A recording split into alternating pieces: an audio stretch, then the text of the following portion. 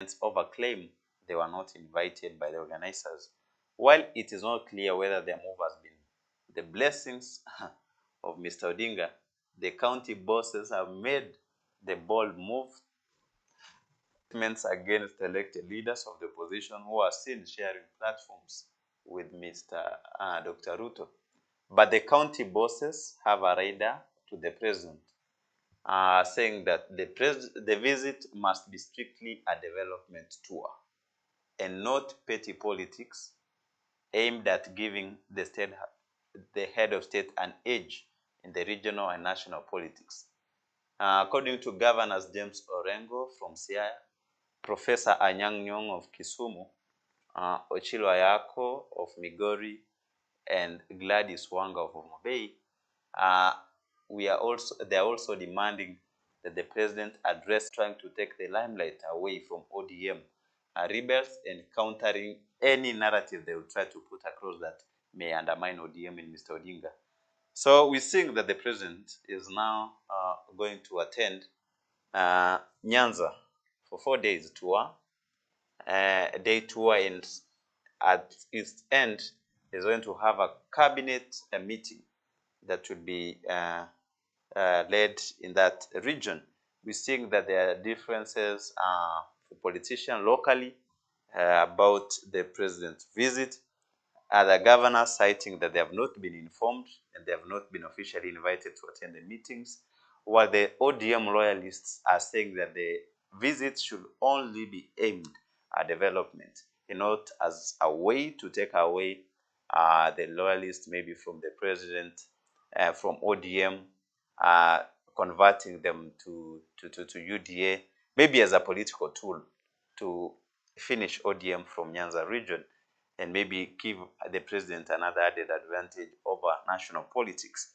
So the Siaya governor, that's James Orengo, Migori governor Ochilo Ayako, the Homabay governor Gladys Wanga, and the Kisumu governor Professor Anyang' Nyong'o, they have all cited that the president's visit is only going to be development, not petty politics. So what the president is taking to Luo Nyanza for the 4 days, it's only development. There's no politics. I don't believe how true that could be, but we want to wait and see how it's going to end up. Now that the president's going there for 4 days to see and discuss more developments, to launch various projects, and even to bring development to the people of Luo Nyanza. Now, moving on, we want to move on and have a little discussion as other governors have seen are welcoming the president. What's happening here today about fertilizers and food security? The government has said that it will provide dryers to farmers and waive dyeing charges to curb post-harvest produce. We've seen farmers selling their produce at a throwaway price now that they were being given fertilizer to help them in their crops, in their farming system.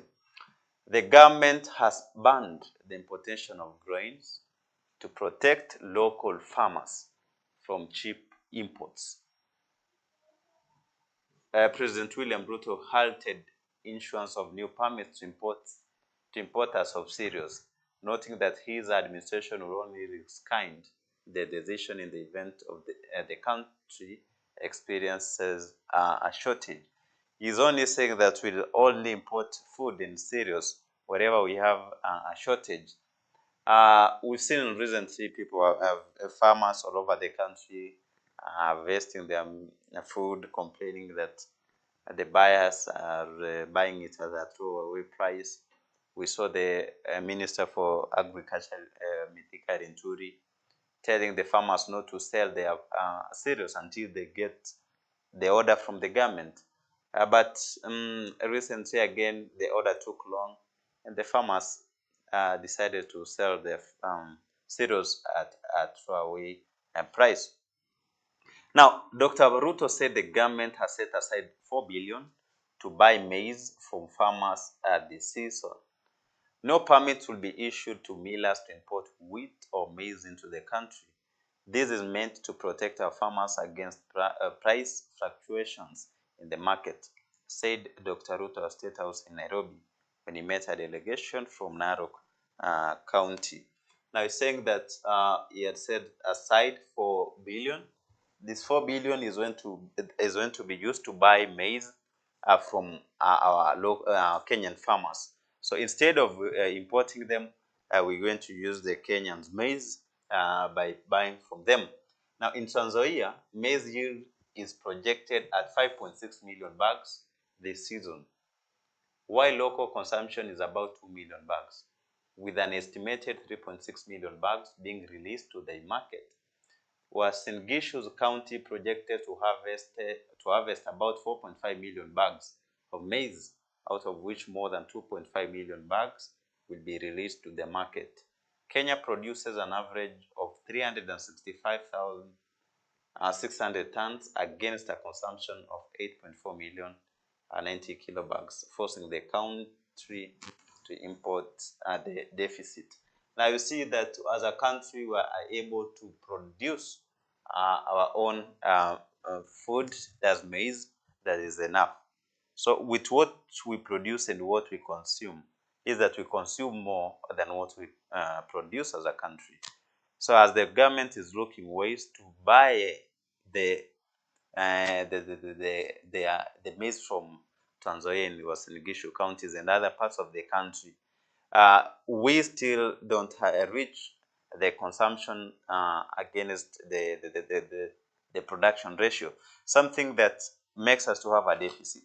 And when you have a deficit, you go for other means. So the country is being forced to import food and maize and other cereals because there's a deficit. And new rules for importation have been laid aside so that we don't over-import. You know, when you over-import, you're going to affect the country with surplus. Much is being imported. It's good to import something that's well manageable. You don't over-import. As what we've seen the president trying to do. Yes, we've seen this video moving on in various TikToks and videos all over about students with sickness, terming it that the state is yet to identify a Regi girl's illness, as Professor Machogu says.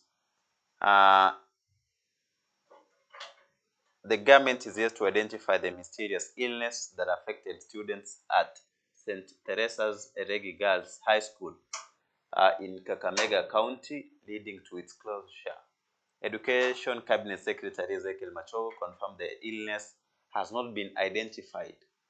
We took the students for medical tests, but until now, we are yet to find out what is ailing them, said Mr. Machogu during a press briefing at Jogo House in Nairobi yesterday. Daily Nation has established that more samples were sent to Nairobi and Kisumu, and the ministry is awaiting for them. Now, these are a section of students from a Regi school that their sickness has not been identified. So they are sick, they have been sent to medical professionals, but the cause of what they are suffering from has not been identified. Something that's giving a challenge to us as a country, that what could be the possible reason why this has not been identified up to now. So we're yet to see what will be happening them, as we wish them a quick recovery. Now, reverse calls. Reverse calls. The Kenyans are using a lot of reverse calls. And by the way, what's your take when you give someone a reverse call, or when someone gives you a reverse call? Is it embarrassing? Many have termed it to be very embarrassing, and others say that maybe you don't have credit and maybe you are in an emergency and you want someone to help you. you just take that reverse call. Now let's dive in and see how many reverse calls do we make in a day. Now, Safaricom's annual revenues from voice calls have been on a steady decline. Steady decline. People don't make calls. Why? Are they peculiar habits? Kenyans dial 130 million reverse calls in 1 year. The service was introduced in 2019 to enable callers to transfer the charges to receivers. Kenya made 130 million reverse calls in the 12 months to March, underlining the growing popularity of the feature that enables callers to transfer call charges to those receiving. The service was introduced in 2019 by Safaricom. To make a reverse call, a customer keys in the hash button before the number they want to dial. A customer receiving a reverse call request sees the caller's details appear on the screen, but once they pick up the call, they receive a voice prompt asking them to key in number 1 option to accept the charges. The receiver is then charged at normal call rates. The feature was introduced to complement the Please Call Me service, which enables a customer to send 5 free messages to other customers requesting for a callback. Since inception, the number of customers engaging daily on the reverse call services has increased significantly, with reverse calls almost doubling from 73 million to 130 million. Safaricom said its sustainability report 2023. Now, profits from voice calls was once Safaricom's largest revenue driver, but competition from digital channels such as WhatsApp and the growth of mobile money has made M-Pesa the company's largest source of revenue. Safaricom said M-Pesa revenue grew by 8.8% to 117 billion in the year to March, supported by increased usage and growth of chargeable transactions. Now, you find out that the voice calls, which were once Safaricom's voice source of income, has been reduced down because Wakenya wanatumia reverse call. Hataki kupeana kupeana maendeleo yao. So when you move on to this page, it's opinion. They're reading people's opinions, what they want the government to do. Someone is saying act swiftly and the clashes and arrest the culprits. And someone is saying resolve city courts dispute.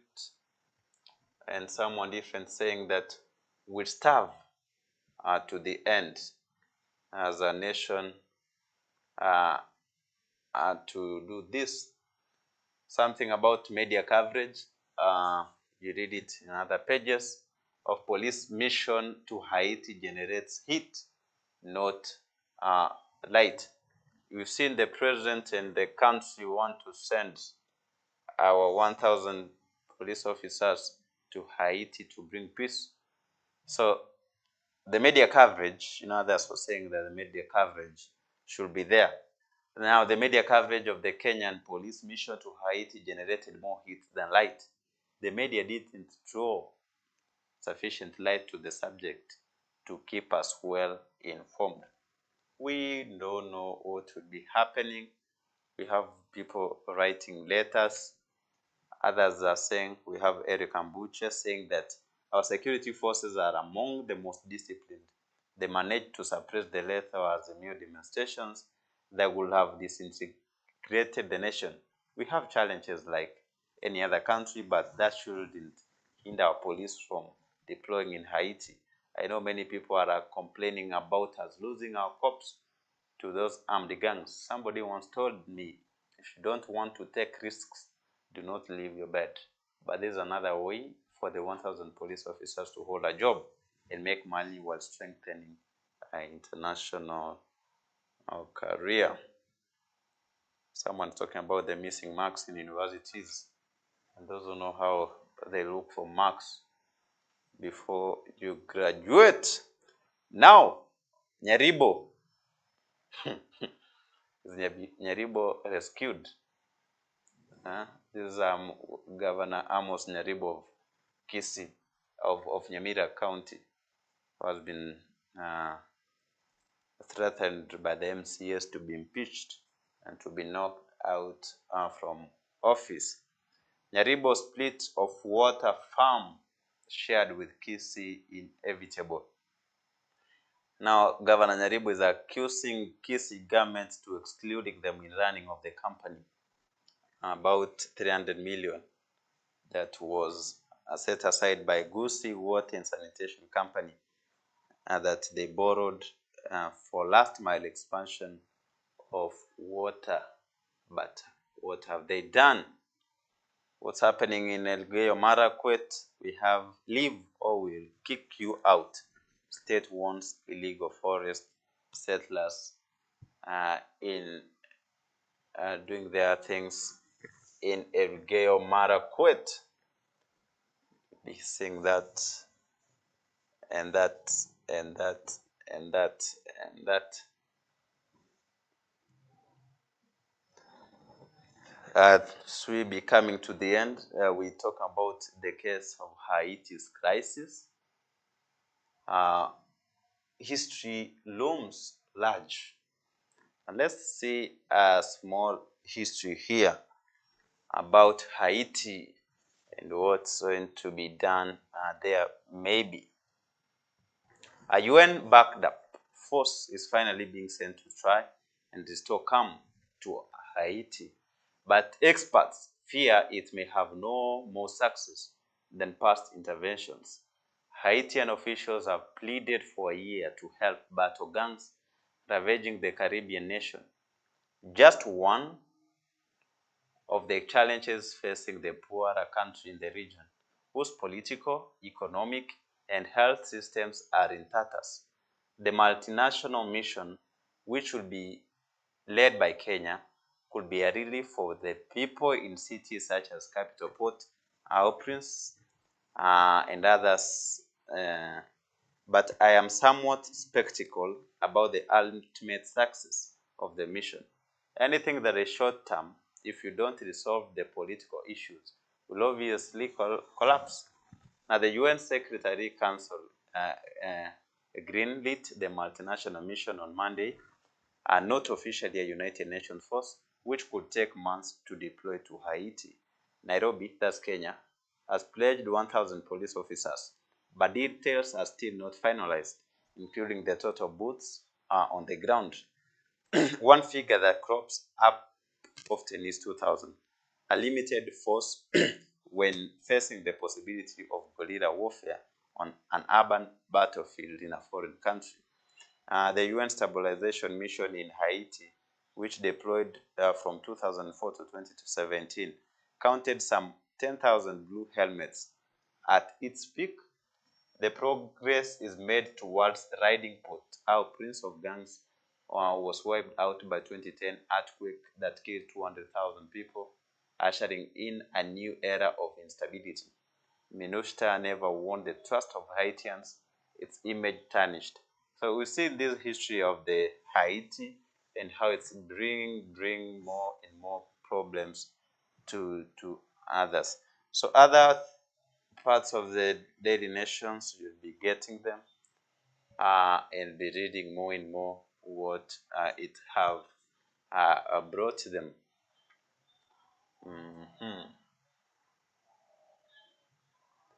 Newcastle, we saw the sports whereby Newcastle has hand PSG Champions League lesson by having a win of 4 out of 1.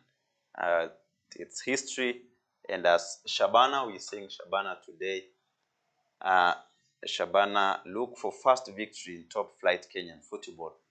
Shabana today are going to have or to play with Tusker United at Kasarani Stadium today.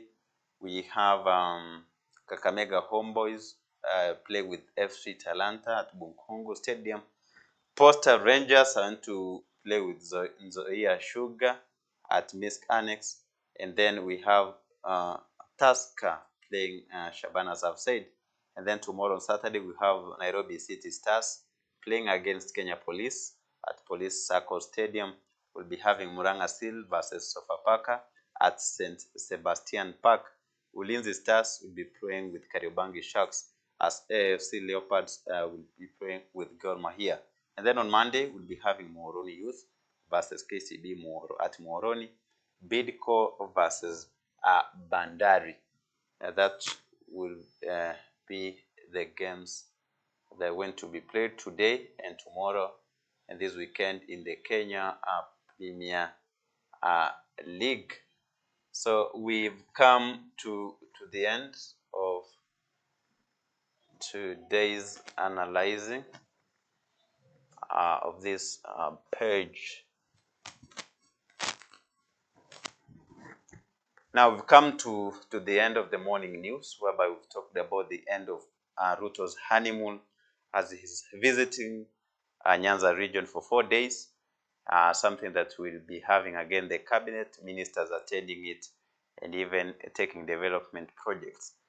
Governors from Ruto Nyanza have termed that presidential visit to be of more developmental than petty politics, as many will have termed it. We'll also be seeing what will be the Kericho and Kisumu counties border crashes and how they'll be going on, or will they come to the end. We've also seen about the case of farmers, how they're being sorted out by the 4 billion the Kenyan government has set aside to buy maize from local farmers so as to avoid importing from other countries. We've also talked about the illness of students from Eregi schools. Sorry for that, and what will be happening. We've seen a little bit of Kenya Premier League games being taken today. Shabana taking Tusker FC today, saying that they are eyeing their first victory this day.